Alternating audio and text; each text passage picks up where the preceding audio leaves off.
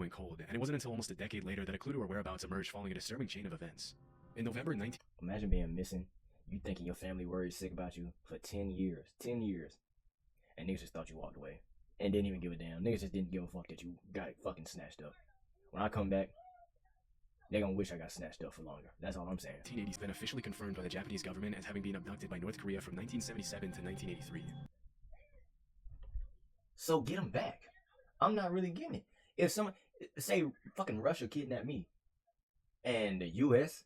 isn't putting in no efforts to come save me, bro, I'm spilling the beans. I'm telling all the fucking secrets. Anything you want to know, some pointless shit, nigga. About the middle school cafeteria I went to, I'm telling it. Cause no way you gonna do that to me. I'm on your side now, nigga. No need for the torture chamber. No need for none of that threatening bullshit, nigga. You got yourself a free serviceman right here, nigga. I'm telling. I don't believe in coincidences.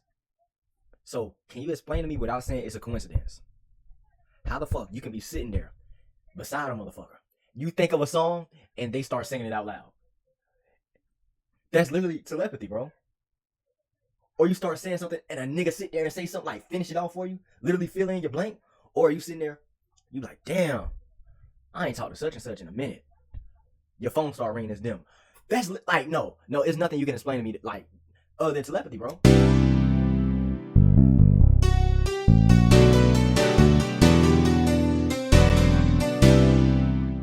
Citizens. One night in June 1978, a 22-year-old single mother of 2 kids named Yaiko Taguchi was working her usual shift in Tokyo, Japan's cabaret Hollywood. After finishing her shift right at around midnight, Yaiko left the cabaret through the front door and was never seen again. At first, nobody thought that anything serious had happened to Yaiko. In fact, several years later, her manager was questioned, and he claims that everyone thought she had quit when she failed to show up. At around that time, there had been rumors going around that several North Korean spies were working undercover in Japan looking to abduct innocent citizens and hold them as hostages back in North Korea.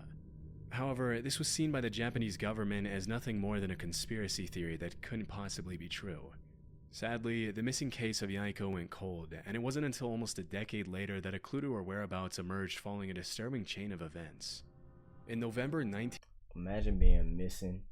You thinking your family worried sick about you for 10 years. 10 years. And niggas just thought you walked away. And didn't even give a damn. Niggas just didn't give a fuck that you got fucking snatched up. When I come back, they gonna wish I got snatched up for longer. That's all I'm saying. 1987, as South Korea was preparing I'm host the showing my Olympics in the monkey capital ass city when of I get Seoul, back. a Korean Airlines plane blew up in mid-air as it was flying over the Andaman Sea, taking the lives of 115 innocent people. Damn. During the investigation, it was revealed that 2 North Korean agents acting under direct orders from the North Korean government had planted a bomb in an overhead storage compartment before getting off at the first layover in Abu Dhabi. As the authorities were closing in on the 2 suspects, one of them took his life with a cyanide-laced cigarette, but the South Korean government was able to arrest the other agent responsible for the attack. During her interrogation, it was revealed that she had been training for that mission for 6 years. Damn. And that for 3 of them, she had been paired with Yaiko Taguchi, who had taught her how to speak and act like a Japanese woman so she could fly under the radar. As it was later revealed, Yaiko wasn't the only woman who had been kidnapped by the North Korean government. As of today, 17 Japanese citizens have been officially confirmed by the Japanese government as having been abducted by North Korea from 1977 to 1983. So get them back. I'm not really getting it. If someone, say fucking Russia kidnapped me, and the U.S. isn't putting in no efforts to come save me, bro, I'm spilling the beans. I'm telling all the fucking secrets. Anything you want to know, some pointless shit, nigga. About the middle school cafeteria I went to, I'm telling it. Cause no way you gonna do that to me. I'm on your side now, nigga. No need for the torture chamber. No need for none of that threatening bullshit, nigga. You got yourself a free serviceman right here, nigga. I'm telling. U.S. not getting your ass? Well, I'm gonna be getting theirs. I'm a snitch, and me and whoever I'm with coming. Disturbingly, a lot of them were shamelessly kidnapped in the middle of the day and thrown on a boat to North Korea. You might think that the victims were involved in something shady that put them on the North Korean government's radar, but the investigations actually suggest that most of them were average citizens who just happened to be at the wrong place at the wrong time. One woman was captured while she was walking to a knitting class, and 2 others were kidnapped on a vacation to Europe. Damn. Another one, a 13-year-old girl, was taken as she was walking back home from school. Some of these victims were kidnapped for identity theft purposes, while others, like Yaiko, were forcefully brought to North Korea to teach the Japanese language and culture to North Korean spies. After the kidnappings were confirmed beyond the shadow of a doubt, the North Korean government had no choice but to come forward and apologize, but they claimed that only 5 of the 17 kidnapping victims were still alive. Over the next few years, the North Korean government would send what they would claim to be the cremated remains of some of the deceased victims back to Japan.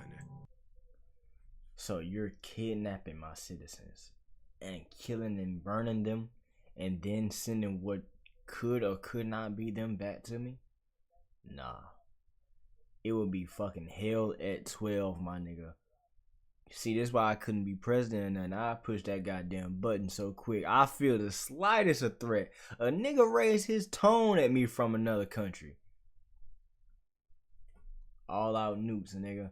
Hey, something gotta be done. I gotta let you know I ain't here to bullshit. I ain't the one that you need to be playing with like that. I don't want you to get too comfortable where you feel like you can step on my toes. Bitch, you better back up. If a hair is touched on one of my citizens, if some goddamn French breath is getting breathed on my citizens, it's gonna be a French fry, my nigga. That's all However, I'm as saying. DNA testing would quickly reveal, pretty much all of the remains were fake, leading the Japanese government to believe that many more of the kidnapping victims were still alive. To this day, Nacho, the why North ain't you Korean government has stuck to its story, streaming? I claiming was that about to there say, were why only ain't you 13 fading? kidnapping What the victims, and fuck? that the ones who were still alive were sent back safely to Japan. Shockingly, while the Japanese government has officially confirmed 17 kidnappings, the list of potential victims suggests that the true number could be as high as 800. Damn. Sadly, given the current political situation, it's unlikely we'll ever see the full extent of these abductions, or see the North Korean government held truly accountable for its horrific crimes. Just the other day, I found myself wasting hours of time I could have spent working on videos trying to find it. Buddy thought he had on one, huh? Yep. Not tonight. Not tonight.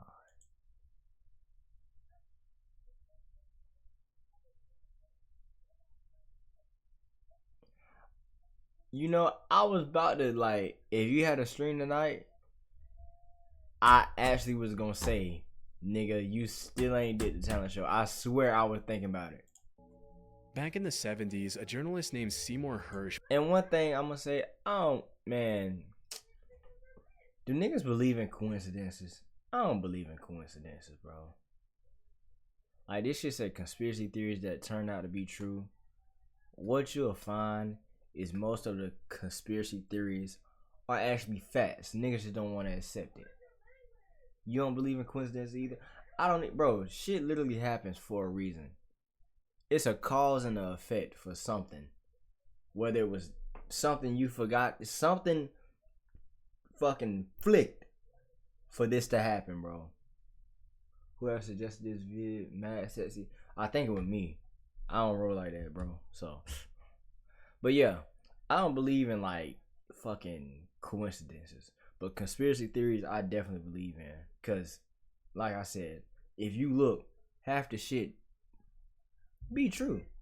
Published an article in the New York Times in which he accused the CIA of several assassination attempts on both foreign and American politicians who they considered to be anti-war dissidents. TikTok. Due to these allegations, the U.S. Senate put the CIA under investigation for alleged covert action abuses, which resulted in the release of 14 reports on major abuses committed by the CIA, FBI, and NSA. The majority of the reports included accusations of crimes such as opening and resealing U.S. citizens' private mail for several years and illegally surveilling Black Power activists. Although these claims are obviously pretty serious, they paled in comparison to one particular accusation, or conspiracy theory, which alleged that the CIA had developed a pistol that could fire a poison dart over 300 feet, take a person's life, and leave absolutely no trace as to the cause of death. Damn. As it was later revealed, this theory turned out to be true, and the development of the poison dart gun was just one part of the program called MK Naomi, through which the CIA had sought to develop weapons for biological warfare. Bro, so you mean to tell me they have a heart attack gun way back then, but niggas don't think like it's advanced technology? They just not releasing it, bro. Literally. shit be way more advanced. They just not dropping it. Cause if you got a heart attack gun in the goddamn roaring 20s, my nigga. I mean, come on now. 1975, William Colby, the never mind, CIA 75. director at the Same time, thing. had to testify in front of the committee that was investigating the agency. During questioning, he claimed that the CIA had developed a host of biological weapons as part of a plan to eliminate German leaders during World War II, but Damn. that their research had continued until well after the war. He also mentioned that the poison dart gun was almost completely silent on account of the battery that was housed inside the handle, and that it had been specifically designed for the target Hard to feel to nothing imagine more than a nowadays. mosquito bite when the Yeah, dart you ain't struck. lying. Interestingly, the agency had used a specific shit that you shellfish just can't toxin to fathom. make it impossible for anyone to know what the cause of death was, leading forensic pathologists to believe that the victim had suffered an inexplicable heart attack. It wouldn't help pathologists that the dart was designed to melt inside the body so that it only left a small red mark where it entered the victim. When asked if the heart attack gun, as it was nicknamed, was ever used, you could definitely teleport, bro. Y'all know something? I believe. Well, no, I know. People got telekinesis, bro. Like superpowers, I know. Because, like I said, I don't believe in coincidences. Can someone explain to me? Oh, I said telekinesis. That and telepathy, bro. Telepathy. I don't believe in coincidences. So, can you explain to me without saying it's a coincidence? How the fuck you can be sitting there beside a motherfucker? You think of a song and they start singing it out loud. That's literally telepathy, bro. Or you start saying something and a nigga sit there and say something like finish it off for you, literally fill in your blank. Or you sitting there, you be like, damn, I ain't talked to such and such in a minute. Your phone start ringing, it's them. That's like, no, it's nothing you can explain to me that, like, other than telepathy, bro. Have aliens, that shit. That's what I'm saying, bro. If you're on the same vibration, bro, that shit is like, you literally like telepathically speaking to someone and you don't even know, like you can't control it. Y'all ever seen the movie Lucy, bro? Where it was talking about how like it was basically this white lady, she was unlocking like more and more brain power as the movie went on until she had like 100% brain power. She turned into like a fucking computer or some shit. You smart, thought you were just okay. Used on anyone, the director alleged that it had only been Nigga, used I'm for a fucking experiments genius. and that there were no records. I'm of literally actual the use. smartest man ever. As part of the investigation, the CIA You know had what? to And I wish I was joking. It's so many dumb niggas in the world. I really be feeling like I'm cursed with knowledge. I can't even lie. Niggas be doing a bunch of dumb shit. I'm like, damn, I know my life would be a whole lot easier if I could just do dumb shit and not care. But I'm just too smart for the dumb shit. So hand over the gun to the committee, and there are some pretty wild pictures of the committee members analyzing the gun as William Colby answers hey their man, questions why you about ain't it. that shit? Normally, you'd expect to see something like the heart attack gun in a spy movie, and it's pretty wild to think that if they hadn't put it under investigation, they would have probably gotten away with using it for who knows what purposes. It's also pretty crazy to think that if that's the kind of stuff they were developing back in the 70s, imagine the kind of technology they have their hands on now. That's what. Disturbingly, the hearing was the only time the heart attack gun was ever shown publicly, This shit is scary, and to this hell nah. day, it remains Man. unclear what happened to it after the investigation. Niggas lost track of a heart attack gun? Oh. Rogue waves.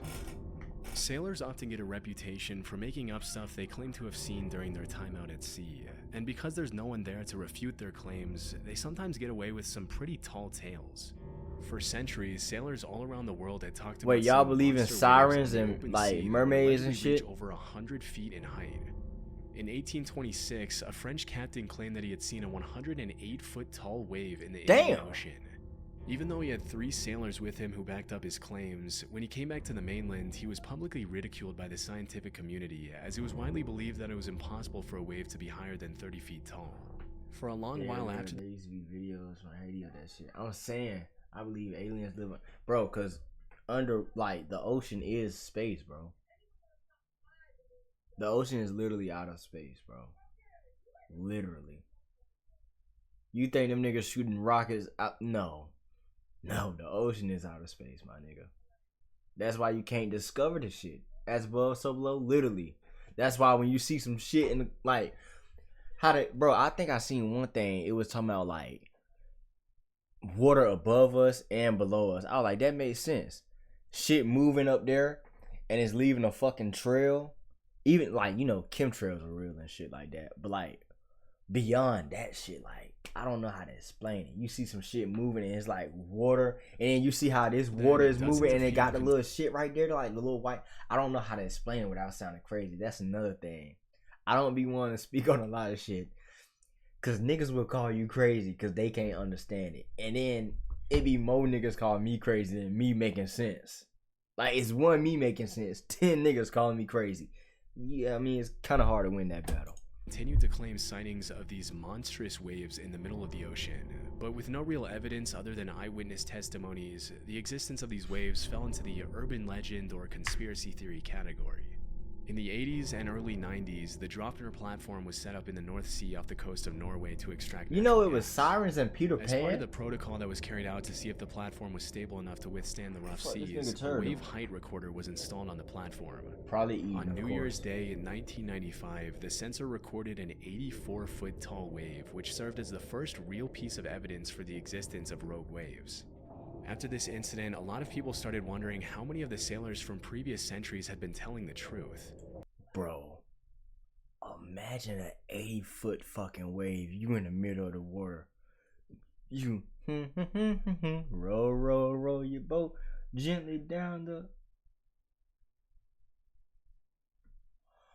Oh my fuck! That's all you gonna hear. You start drowning, bro. I would literally like shit my pants seeing water like that high up, bro. I would cry. I don't even think I could like hold my breath for 108 feet, bro. So that shit all falling on you at once, bro. That shit probably rip your body into pieces or some shit. I don't know.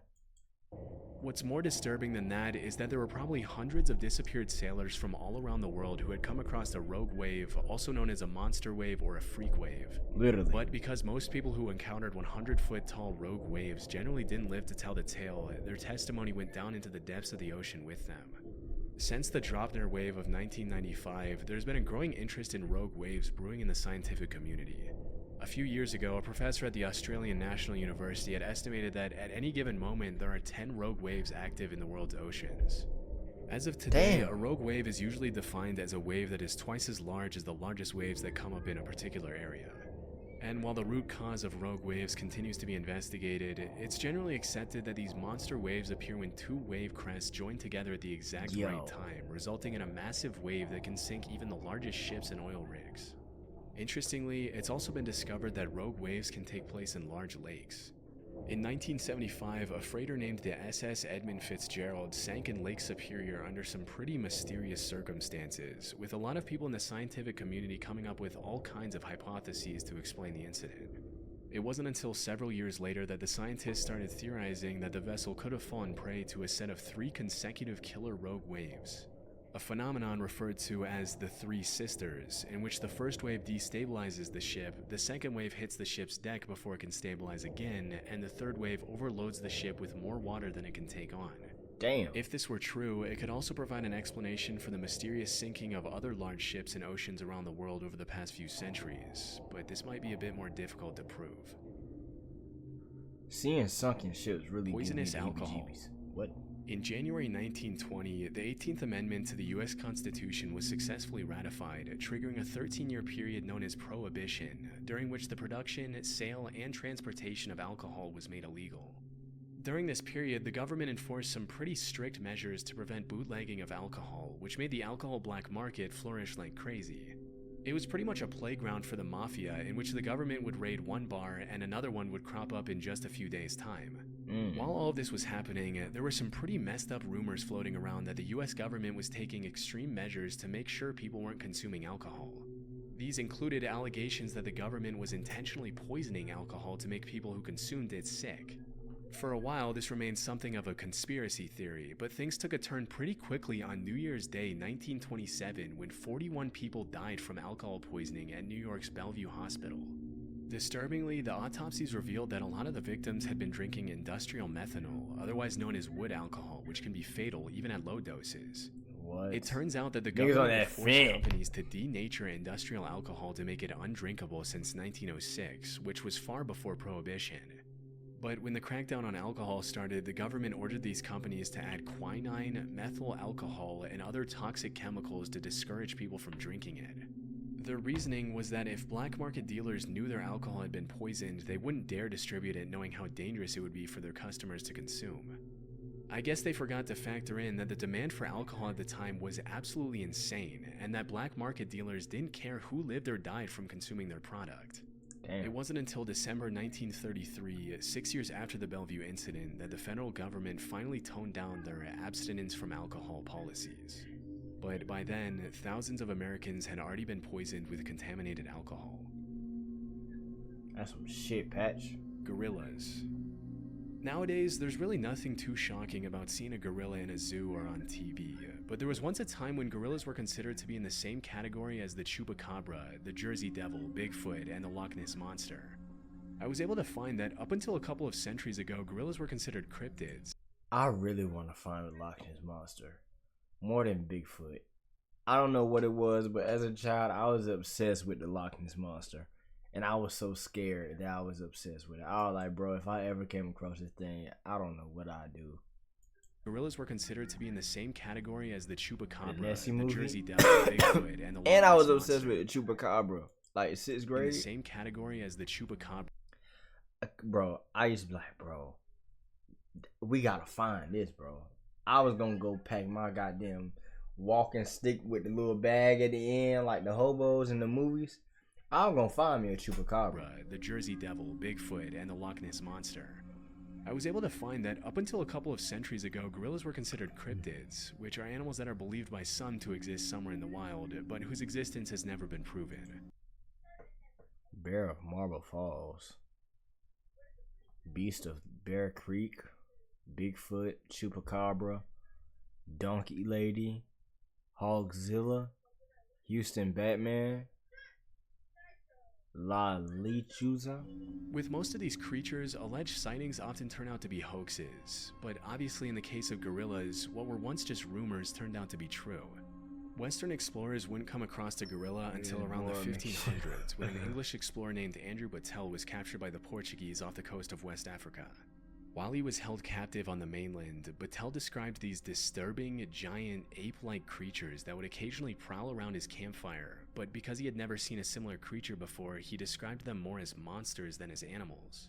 Battelle's description sent the rest of the world in— You know, how... I can't imagine how I'd be if I'm the first nigga to ever see a gorilla. I wouldn't even like, bro. I would probably pass out. Let's look at some Hogzilla.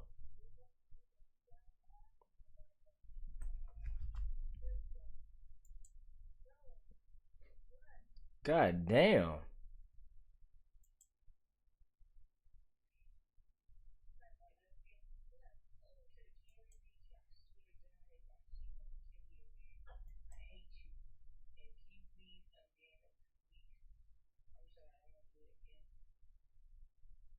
Shit. into what we can only call a gorilla frenzy, with all kinds of rumors being spread about these allegedly bloodthirsty, dangerous creatures living in exotic parts of the world. Over the next couple hundred years, the buzz around gorillas grew as explorers in Africa sent back illustrations of gorillas to Europe, which were often given to royalty and emperors as rare gifts. If you were to ask any European back then what a gorilla was, they would have described it in a similar way to how we describe Bigfoot or the Chupacabra nowadays. They were thought of more as mythical monsters than regular animals. It wasn't until over 200 years or so later that an American naturalist named Thomas S. Savage found a gorilla skull in 1847 during an expedition to Africa, which was the first piece of real proof for the existence of these animals. Naturally, this triggered a bunch of new expeditions to the area, and between 1855 and 1859, French explorer Paul Duchaillu confirmed the existence of gorillas and even brought some back dead. Just as Andrew Battelle before him, Paul Duchaillu also described gorillas as these savage, bloodthirsty creatures which stuck in the public mind for a long time. Around 15 years later, Shit, still some is German in my explorers mind. brought back a baby gorilla from Africa to Liverpool, even putting up some towels on the ship so he could swing around and entertain himself on the long journey back. As you can probably imagine, as soon as the ship arrived back in Liverpool, people started flocking around the hotel where the gorilla was allegedly being kept to catch a glimpse of the once mythical creature. To the public's dismay, Pongo the gorilla wasn't the massive, violent monster they had thought, but rather a cute little 2-year-old gorilla who loved to play with dogs. A few years later, in 1902, a German explorer named Robert von Beringe killed 2 mountain gorillas, which were huge in comparison to the baby gorilla that the previous German explorers had brought back. And that was really the first time the public was able to understand what a full-sized adult gorilla looked like. It's pretty crazy to think that at some point these animals that we now see as normal were once seen as legendary monsters. Interestingly, if you really look at the research, there are a ton of other animals that we now take for granted that were once brushed off as hoaxes, including kangaroos, platypuses, giant squids, and Komodo dragons. With so many of these myths turning out to be true, it really makes you wonder how many animals are out Niggas there damn that sure we have thought the no Komodo idea dragon even was a exist. dinosaur.